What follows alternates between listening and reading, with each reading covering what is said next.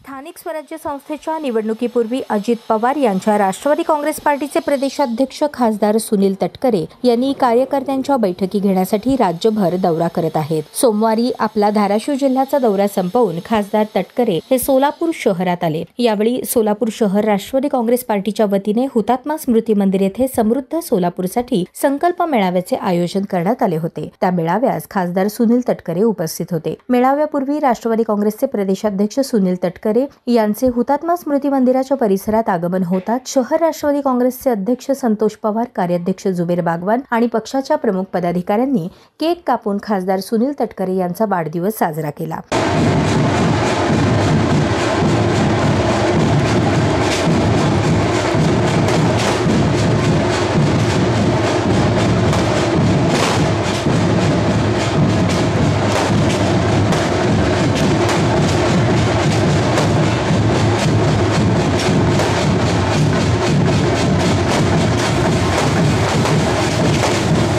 या मेळाव्यास राष्ट्रवादी काँग्रेस पार्टीचे प्रदेशाध्यक्ष खासदार सुनील तटकरे, महिला प्रदेशाध्यक्ष रुपाली चाकणकर, माजी आमदार संजय मामा शिंदे, माजी आमदार यशवंत माने, माजी आमदार राजन पाटील, शहराध्यक्ष संतोष पवार, कार्याध्यक्ष जुबेर बागवान, माजी नगरसेवक किसन जाधव, माजी नगरसेवक आनंद चंदनशिवे, आनंद मुस्तारे आदींसह पक्षाचे प्रमुख मंचावर उपस्थित होते।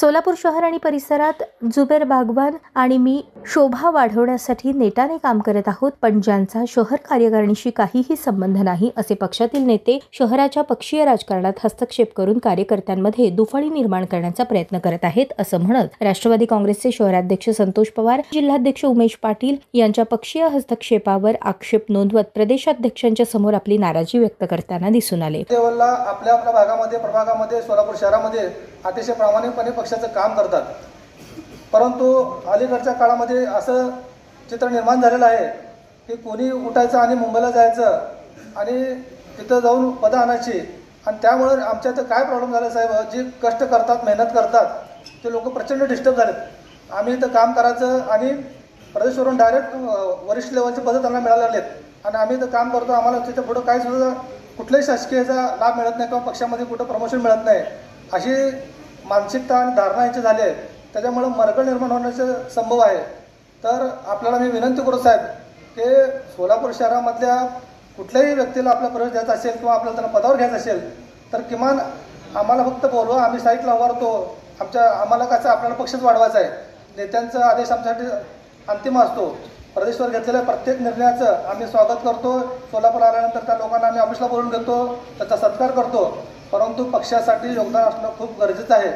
आज आपण पाहिलात तर हे आजच्या मेळाव्यात देखील फ्रंटल सेल अध्यक्ष, विधानसभा अध्यक्ष यांनीच प्रयत्न केलेले आहेत, यांनीच कार्यकर्ते आणलेले आहेत। त्याच्या व्यतिरिक्त ज्याने प्रवेश केला त्या कोणीने ह्या मेळाव्यासाठी माणसं आणलेलं साहेब, तुम्ही आलात पक्षाचं तुम्ही आमच्यासाठी मार्गदर्शक आहात, आमचा आत्मा आहात।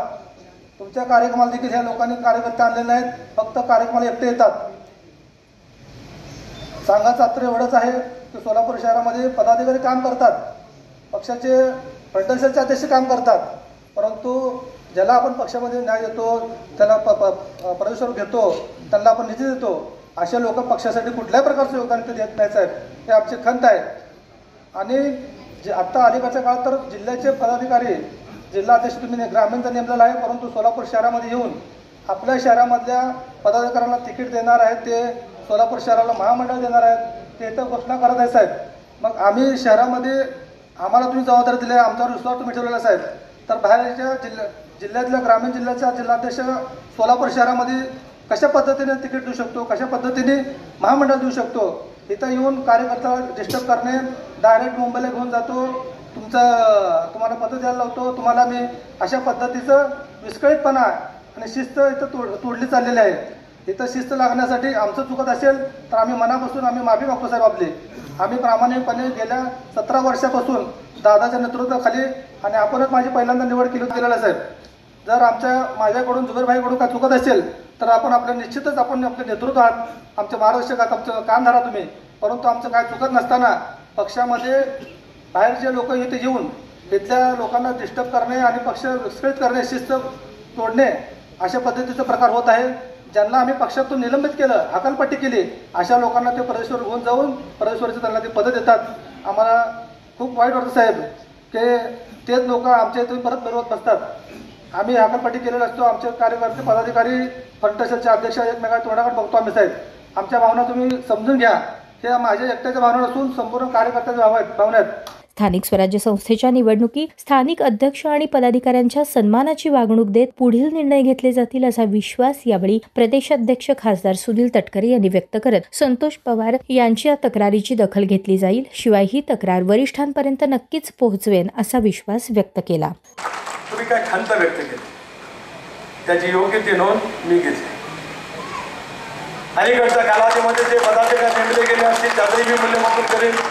लगेच काय वेगळं करत असताना पण मूल्यमापन करेन. पण एक बाब नक्की आहे, राष्ट्रवादी काँग्रेस पक्ष आणि संघटन उभा करत असताना अलीकडच्या कालावधीमध्ये विधानसभेच्या निवडणुकीमध्ये प्रचंडपैकीचं यश मिळाल्यानंतर राज्याच्या कानाकोपऱ्यातून पक्षाकडे खूप मोठ्या प्रमाणावरती सहभागी होण्याच्या बाबतीमध्ये एकतरची रीत लागली. विविध पक्षामध्ये काम करणारे माजी आमदार असतील, माजी खासदार असतील, महापौर असतील, नगराध्यक्ष असतील, जिल्हा परिषद अध्यक्ष असतील, पंचायत समितीचे सभापती असतील, ज्या अल्पसंख्याक समाजाच्या मनामध्ये एकंदरीत आमच्याबद्दलच्या एक वेगळ्या भावना निर्माण झाला होता, त्या संबंध अल्पसंख्याक समाजात महाराष्ट्राच्या कानाकोपऱ्यामध्ये अजितदादांच्या नेतृत्वाखाली राष्ट्रवादी काँग्रेस पक्षामध्ये सहभागी होत आहे. आंबेडकरी चळवळीच्या मनामध्ये सुद्धा आता विश्वास निर्माण झाला आहे. नाही, राज्यामध्ये महायुतीचं सरकार आहे, राष्ट्रवादी काँग्रेस पक्ष आपल्या हक्काचं रक्षण करण्यासाठी कुठेही कमी पडणार नाही हा विश्वास वाटल्यामुळे मोठ्या प्रमाणाचा पक्षप्रवेश आज राज्याच्या कानाकोपऱ्यातून होत असलेला पाहायला मिळत आहे. अशा वेळेला संघटनेची मध्ये सुद्धा काय शिस्त असेल. ज्या ठिकाणचे पक्षप्रवेश असतील तिथला जिल्हाध्यक्ष असेल, कार्याध्यक्ष असतील, तिथे पक्षाचे प्रमुख असतील, त्यांना बोलूनच घेऊन ते पक्षप्रवेश त्या ठिकाणी केले पाहिजे. अडचणीची ज्या काळात जी नव्हते आणि आता सत्तेचे आल्याच्या नंतर जे येतात सगळ्यांच्या वतीमध्ये मी बोलत नाही. जे काही त्या सत्तेसाठी येतात ते सत्तेसाठी येतात, जे येतात ते विचारापोटी येतात, आपल्या नेतृत्वाच्या वरती कमालाचा विश्वास अजितदादांच्या बद्दल आहे त्याच्या पोटी येतात.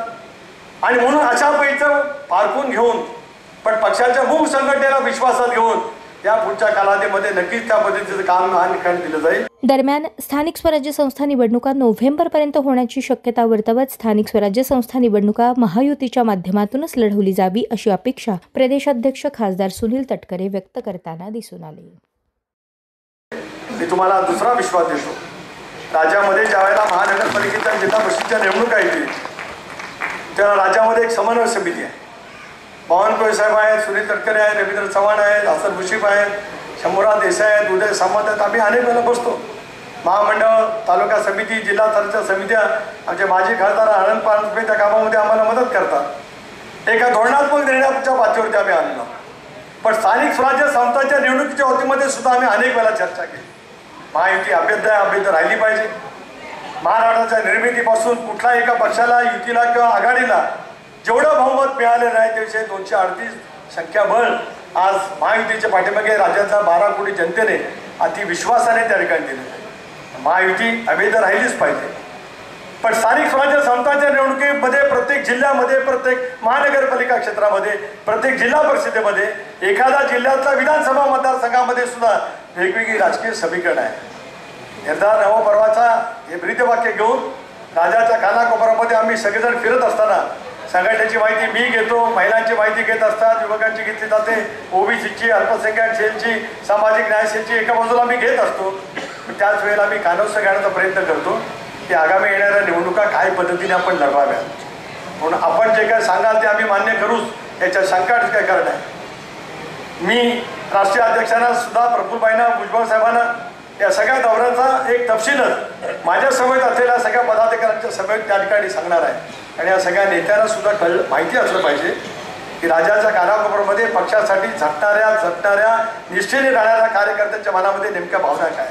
आणि ज्या वेळेला महायुतीची बैठक होईल त्यावेळेला सुद्धा स्पष्टपणाची भूमिका मी मांडेन, भारतीय जनता पक्षाचे नेते मांडतील, शिवसेनेचे सुद्धा मांडतील. अंतिम निर्णय देवेंद्रजी, दादा एकनाथराव त्या ठिकाणी घेतील. पण तुमच्यावरती कसलाही अन्याय होणार नाही याची खबरदारी आम्ही नक्की करू. पक्षाच्या संघटनेच्या माध्यमातूनच मी पुन्हा एकदा या ठिकाणी आश्वासित करतोय अजितदादांच्या वतीने संघटनेला विश्वासात घेऊनच उमेदवारी दिली जाईल. कोणाची ढवळाढवळ सहन करणार नाही हे सुद्धा तुम्हाला या कार्यक्रमाच्या निमित्ताने या ठिकाणी सांगतो.